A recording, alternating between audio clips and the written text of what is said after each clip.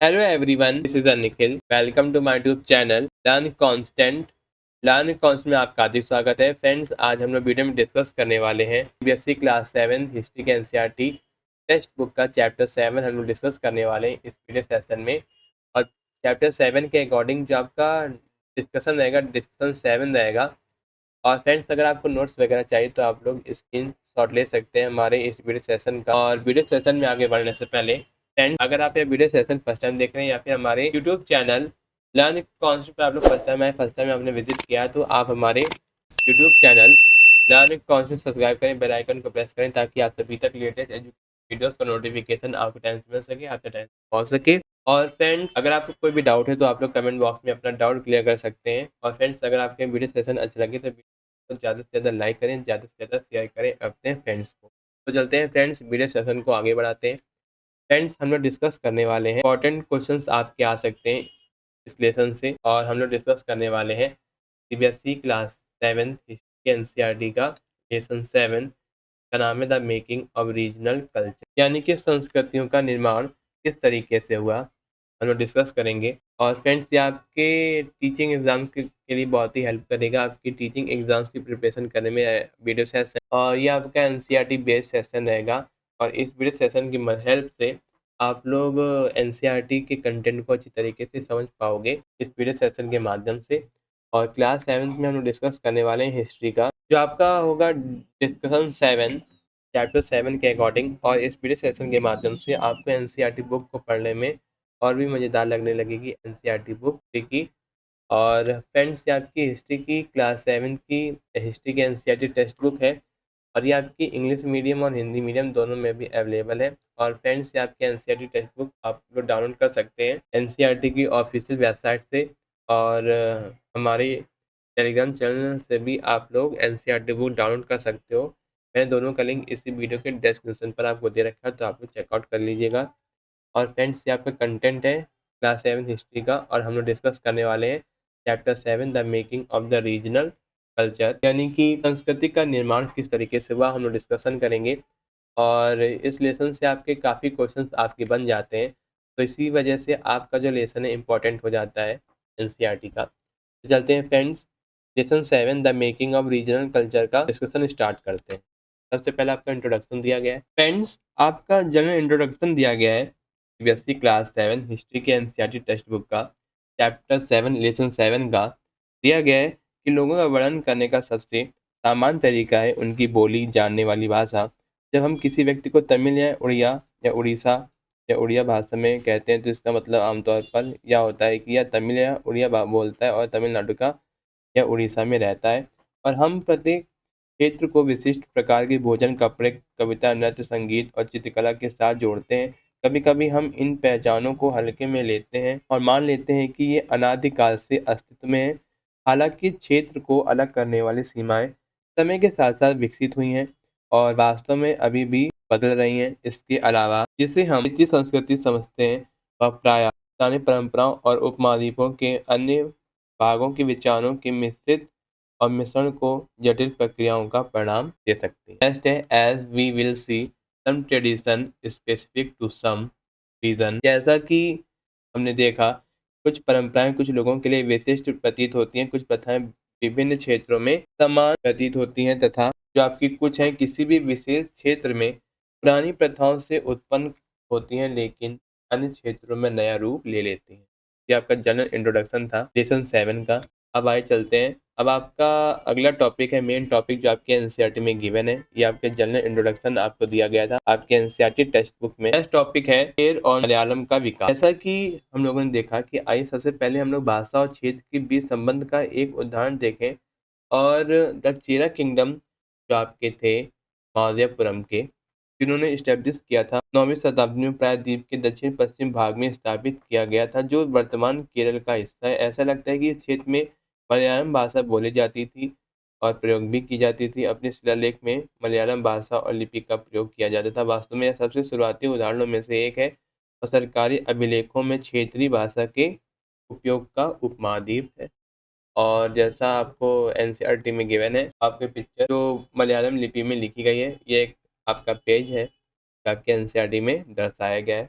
और इसी समय में शेरों ने संस्कृत परंपराओं का भी सहारा लिया। केरल के मंदिर रंगमंच, जिसका इतिहास इसी काल से जुड़ा है, जो संस्कृत महाकाव्यों ने कहानियों पर मलयालम में पहली बार साहित्यिक रचना जो लगभग 12वीं शताब्दी की है, सीधे संस्कृत की ऋणी है। दिलचस्प बात यह है कि 14वीं शताब्दी का एक पाठ जो व्याकरण और काव्य शास्त्र से संबंधित है, मणिपुर में रचा गया था। शाब्दिक रूप से हीरे और मूंगे दो भाषाएं हैं, संस्कृत और क्षेत्रीय भाषा को संदर्भित करती हैं। नेक्स्ट है अब आपका topic rulers and religious tradition that Jagannath cult, यानी कि शासक और धार्मिक परंपरा जगन्नाथ पंथ। जैसे कि अन्य क्षेत्र में क्षेत्रीय संस्कृतियां धार्मिक परंपराओं के इर्द गिर्द विकसित हुई हैं। इस प्रक्रिया का सबसे अच्छा उदाहरण है उड़ीसा की पुरी में जगन्नाथ शाब्दिक रूप से दुनिया के भगवान विष्णु का एक नाम का पंथ है। आज भी स्थानीय आदिवासी लोग देवता की लकड़ी की प्रतिमा बनाते हैं, जिसमें पता चलता है कि देवता मूल रूप से यही थे, और एक स्थानीय देवता जिसके बाद में पहचान हुई विष्णु के साथ। जैसा आपको पिक्चर में गिवन है, फिगर नंबर 2 में आपको दिया गया है। The icon of the Balabhadra Subhadra and Jagannath palm leaf manuscripted Orissa. जैसा कि दर्शाया गया है कि जो आपका पाम लीफ में बनाया गया है मैन्युस्क्रिप्ट बालभद्र का, सुभद्रा और जगन्नाथ जी का, और दिया गया है 12वीं शताब्दी में गंग वंश के सबसे महत्वपूर्ण शासकों में से एक आनंद वर्मन ने पुरी में पुरुषोत्तम जगन्नाथ के लिए एक मंदिर बनवाने का निर्णय लिया। इसके बाद 1230 में राजा अनंगभीर तृतीय ने अपना राज्य देवताओं को समर्पित कर दिया और खुद को देवता का प्रतिनिधि घोषित कर। As the temple gained in the importance as a centre of the pilgrimage, जैसा कि जैसे-जैसे मंदिर तीर्थ यात्रा के केंद्र के रूप में महत्व प्राप्त करता गया, सामाजिक और राजनीतिक मामलों में इसका अधिकार बढ़ता गया। जिन लोगों ने भी उड़ीसा पर विजय प्राप्त की, जैसे मुगल, मराठा और अंग्रेजी ईस्ट इंडिया कंपनी, उन्होंने मंदिर पर नियंत्रण पाने का प्रयास किया और उन्हें लगा कि इससे उनका शासन स्थानीय लोगों को स्वीकार हो जाएगा। नेक्स्ट टॉपिक है आपका the Rajput and tradition of the heroism. Rajput और वीरता की परंपराएं, जैसे कि 19वीं सदी में वर्तमान राजस्थान का अधिकांश भाग बनाने वाले क्षेत्र, जैसा आपको फिगर से में आपको गिवन है, ये आपका जगन्नाथ टेम्पल पुरी है और अंग्रेजों द्वारा राजपूताना कहा जाता था। हालांकि हम इससे संकेत मिलता है कि यह ऐसे क्षेत्र था जहाँ केवल मुख्य रूप से राजपूत रहते थे, लेकिन यह केवल आंशिक रूप से सत्य। उत्तरी और मध्य भारत के कई क्षेत्रों में कई समूह थे और जो खुद को राजपूत के रूप में पहचानते हैं। और हाँ, राजस्थान में राजपूतों के अलावा भी कई लोग मिलते हैं। हालांकि राजपूतों को अक्सर राजस्थान की विशिष्ट संस्कृति में योगदान देने के लिए जाना जाता है। These culture traditional were closely linked with the ideal and aspiration of the ruler। ये सांस्कृतिक परंपराओं, शासकों और आदर्शों और आकांक्षाओं से घनिष्ठ रूप से जुड़ी हुई हैं। लगभग 8वीं शताब्दी से वर्तमान राजस्थान राज्य के अधिकांश भाग पर विभिन्न राजपूत परंपराओं का और परिवारों का शासन था, और पृथ्वीराज, जैसा हम लोगों ने चैप्टर 2 में पढ़ा था पृथ्वीराज के बारे में, ऐसा ही एक शासक था। वे शासक वीरता पूर्वक लड़ने वाले नायक के आदर्श को संजोए हुए थे और अक्सर युद्ध के मैदान में मौत को चुनना आहार का सामना करने से बचे। और राजपूत वीरों की कहानी कविताओं और गीतों में से दर्ज की गई, जिन्हें विशेष रूप से प्रशिक्षित गायकों द्वारा सुनाया गया। जैसा आपको फिगर 4 में आपको दिया गया है, बीकानेर के राजा हैं राजकुमार, जिनका नाम है Raj Singh. The preserve the memory of the heroes and where expected to the inspire other to follow their exam. इनमें से नायकों की स्मृतियों को संरक्षित किया गया है तथा उन दूसरों को उसके उदाहरण का अनुसरण करने के लिए प्रेरित करने की अपेक्षा की गई है। आम लोग भी इन कहानियों को आकर्षित होते देख सकते हैं, जिसमें हम अक्सर नाटकीय स्थितियां और कई तरीके के प्रबल भावनाओं जैसे वफादारी, दोस्ती, प्रेम, वीरता, क्रोध आदि को दर्शाया जाता है। क्या इन कहानियों में से महिलाओं को स्थान मिला? कभी-कभी महिलाओं का जीवन और मृत्यु दोनों में अपने वीर पतियों का साथ देते हुए दर्शाया जाता है। विधवाओं को उनके पतियों को चिता पर जला देने की प्रथा के बारे में भी कहानियाँ मिलती हैं। इसलिए जो लोग वीरतापूर्ण आदर्श का अनुसरण करते हैं, उन्हें अक्सर अपने जीवन से उनकी कीमत चुकानी पड़ती है। ये आपका मैप दिया गया है, इसमें आपके पर्टिकुलर रीजन दर्शाए गए हैं इस चैप्टर में मैप के द्वारा। नेक्स्ट है beyond regional frontiers the story of Kathak. अगर वीरता की परंपराएं अलग-अलग क्षेत्रों में अलग-अलग रूपों में पाई जा सकती हैं, तो नृत्य के मामले में भी यही सच है। कि आइए एक नृत्य शैली जो आपका कथक के इतिहास पर नज़र डालें, जो अब उत्तर भारत के कई हिस्सों में से जुड़ी हुई है। कथक शब्द कथा से लिया गया है, जो संस्कृत और अन्य भाषाओं में कहानी के लिए इस्तेमाल किया जाने वाला शब्द है। कथक मूल रूप से उत्तर भारत के मंदिरों में कहानी सुनाने वालों की एक जात थी जो अपने प्रदर्शन को हाव भाव और गीतों से सजाते थे। 15वीं और 16वीं शताब्दी में भक्ति आंदोलन के प्रसार के साथ कथक नृत्य की किंवदंतियों को रासलीला नामक लोक नाटकों में प्रदर्शित किया जाता था, जिसमें लोक नृत्य की कथक नृत्य को कथक कहानीकारों के बुनियादी हाव भाव के साथ जोड़ा जाता। जैसे मुगल जो बादशाह थे और उनके रईसों के अधीन कथक का प्रदर्शन दरबार में किया जाता था, जहाँ उसने अपनी वर्तमान विशेषता को प्राप्त किया और एक विशिष्ट शैली के साथ नृत्य के रूप में विकसित करते हुए। इसके बाद यह दो परंपराओं में विकसित हुआ, एक राजस्थान जयपुर के दरबारों में और दूसरा लखनऊ में अवध के अंतिम नवाब वाजिद अली शाह के संरक्षण में। यह एक प्रमुख कला रूप के रूप में विकसित हुई और 19वीं सदी की तीसरी तिमाही तक यह न केवल जम्मू कश्मीर के आसपास के क्षेत्रों में बल्कि वर्तमान पंजाब, हरियाणा, जम्मू कश्मीर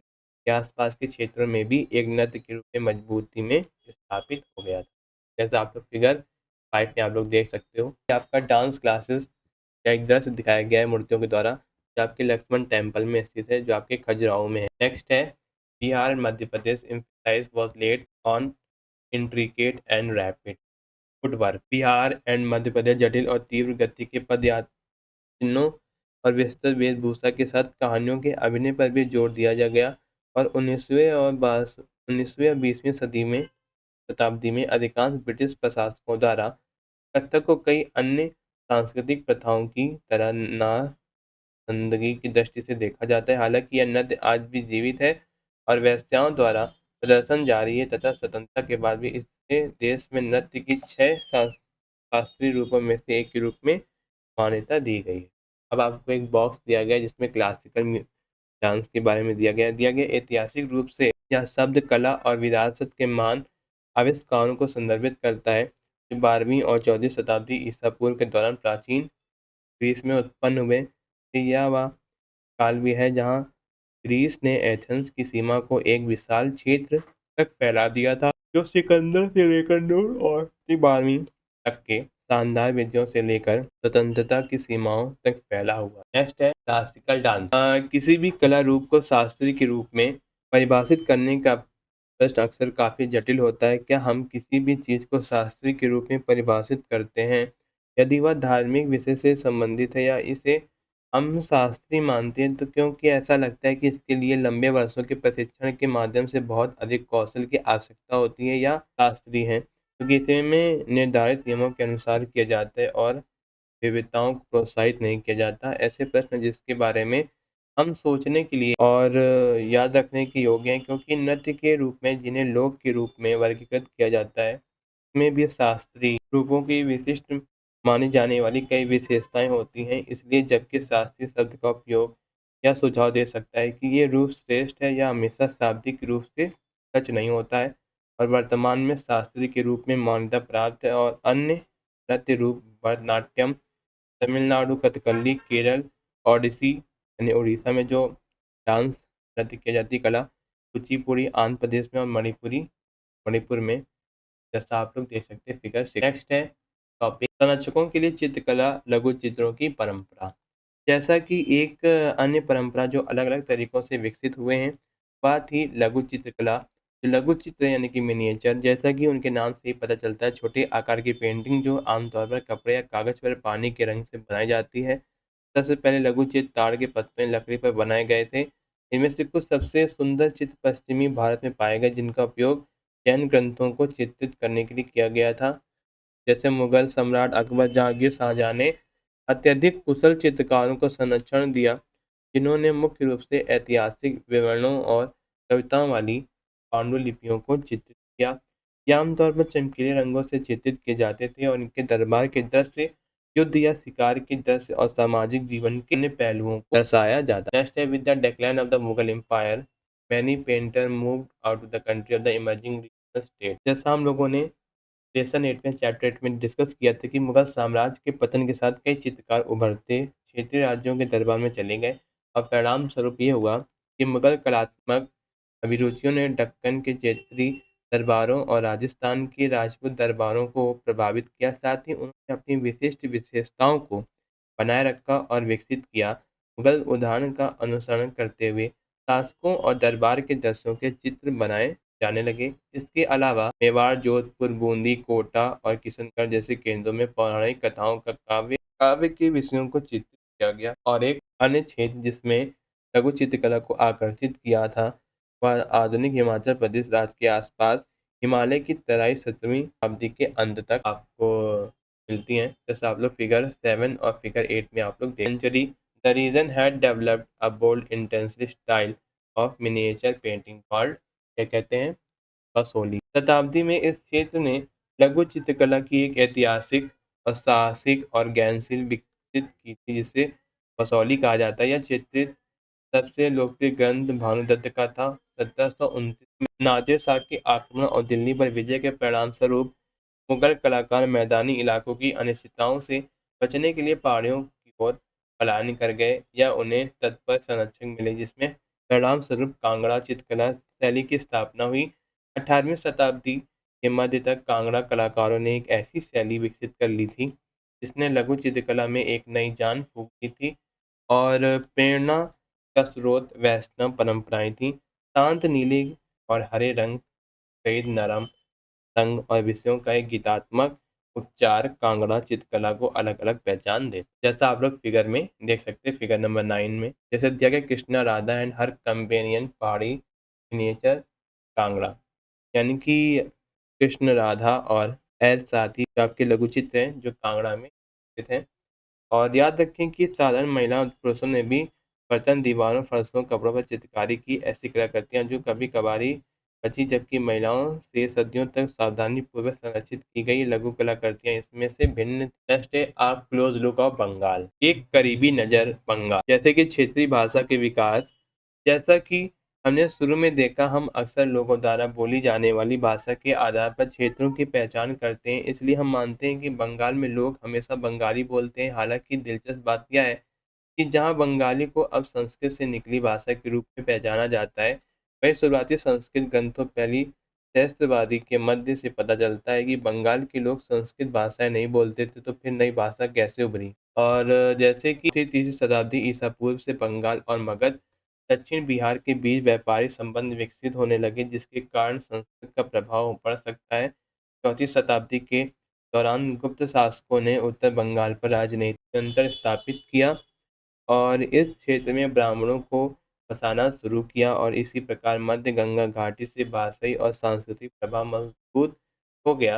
और 7वीं शताब्दी में चीनी यात्री जुआन जांग ने देखा कि संस्कृत से संबंधित भाषाएं पूरे बंगाल में इस्तेमाल की जाती थी। फ्रॉम द 18th सेंचुरी 8वीं शताब्दी से बंगाल पालों के अधीन एक क्षेत्रीय राज्यों का केंद्र बन गया, जैसा हम लोगों ने चैप्टर 2 में डिस्कस किया था। 14वीं और 16वीं शताब्दी के बीच बंगाल और सुल्तानों का शासन था जो दिल्ली के शासकों से स्वतंत्र थे, जैसा हम लोगों ने चैप्टर 3 में डिस्कस किया था। 1586 में जब अकबर ने बंगाल पर कब्जा किया तो बंगाल के सुल्तानों ने दिल्ली पर कब्जा कर लिया। नेक्स्ट ये आपकी ये है मैन्युस्क्रिप्ट है जो प्राचीनतम बंगाली रामायण की ताड़पत्र पांडुलिपि है जो एक ताड़ के पेड़ पर लिखी गई। नेक्स्ट है conquer Bengal is from the nucleus of the Bengal सूबा। जैसा कि बंगाल पर विजय प्राप्त करने के बाद इस बंगाल सूबा का केंद्र बनाया, जबकि किसी फ्रांसीसी प्रशासन की भाषा थी। बंगाली एक क्षेत्रीय भाषा के रूप में विकसित हुई और वास्तव में 15वीं शताब्दी तक बंगाली बोलियां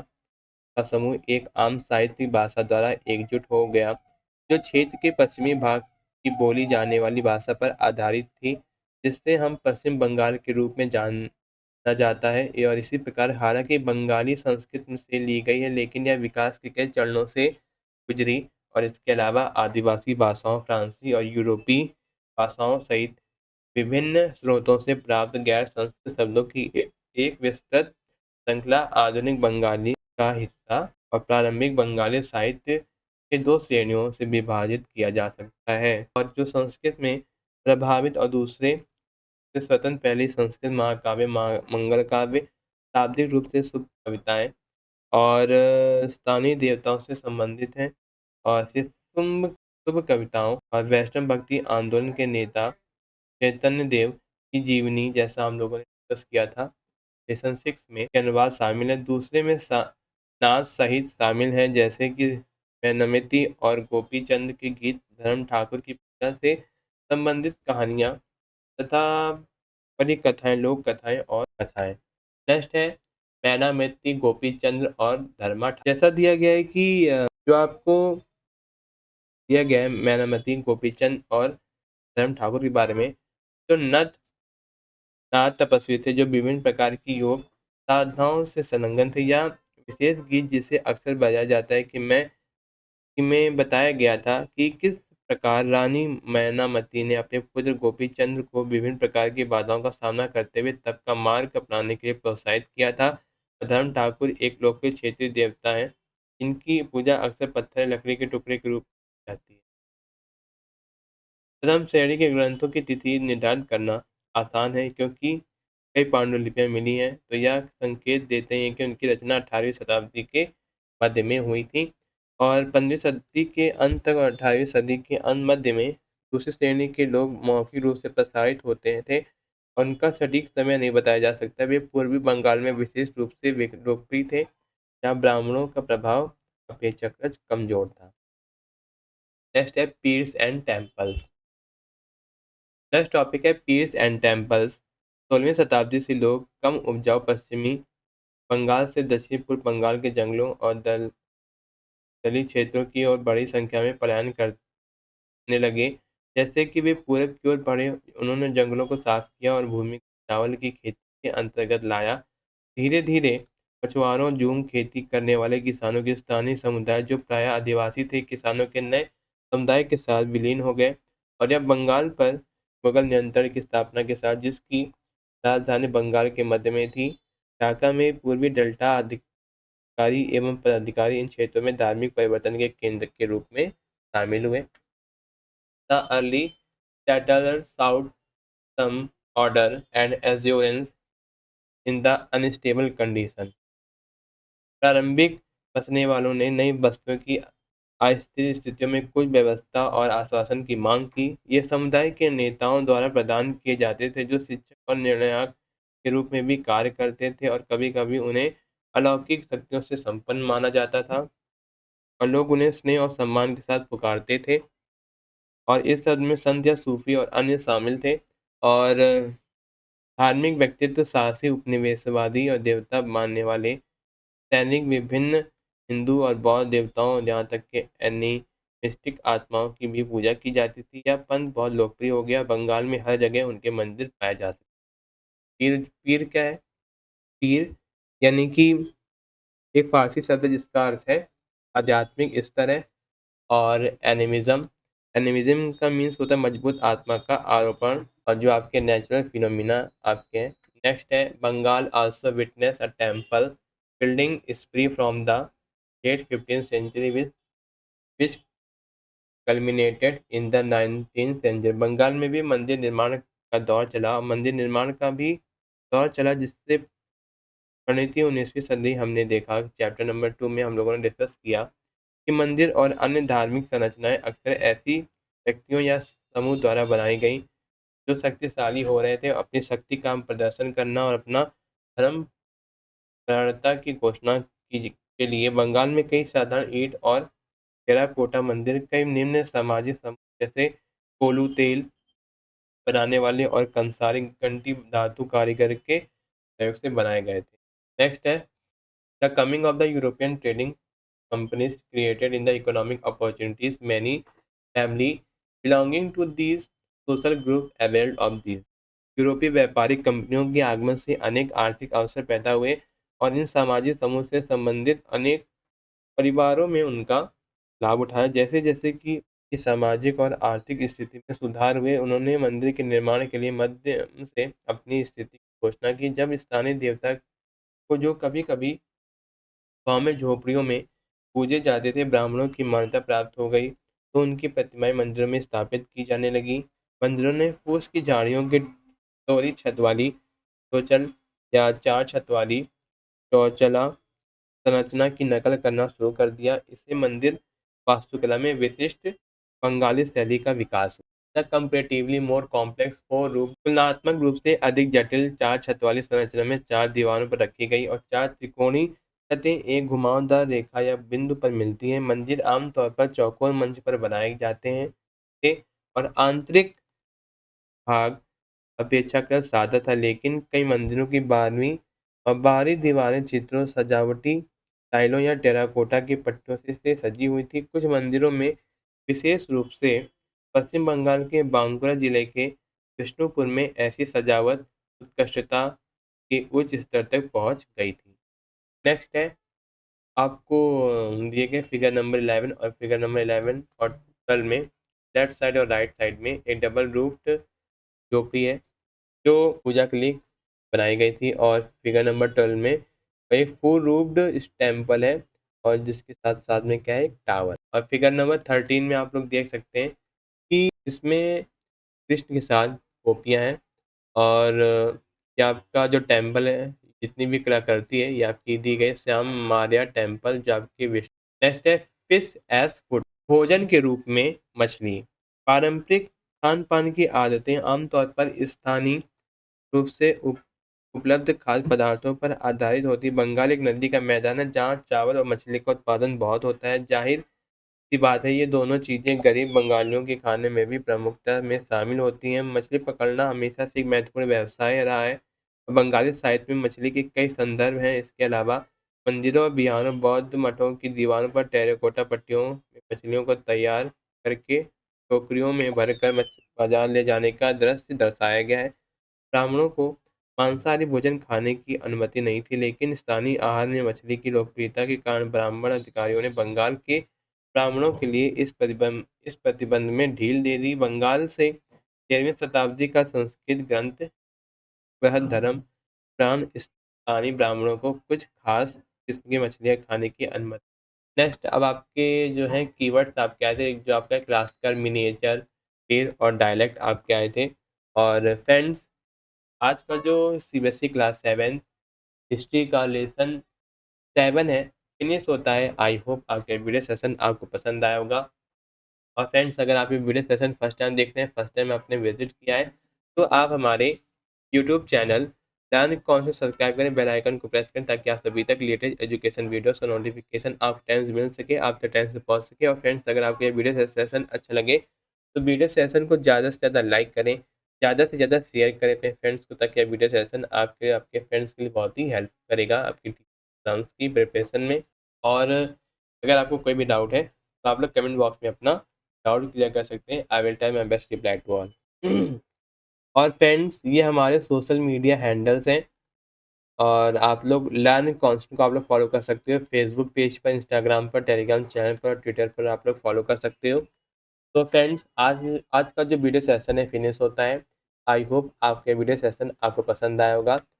मिलते हैं फ्रेंड्स इसी तरीके के इंटरेस्टिंग वीडियो में। Thanks for watching this video. मिलते हैं फ्रेंड्स इसी तरीके के इंटरेस्टिंग वीडियो में। थैंक यू, धन्यवाद।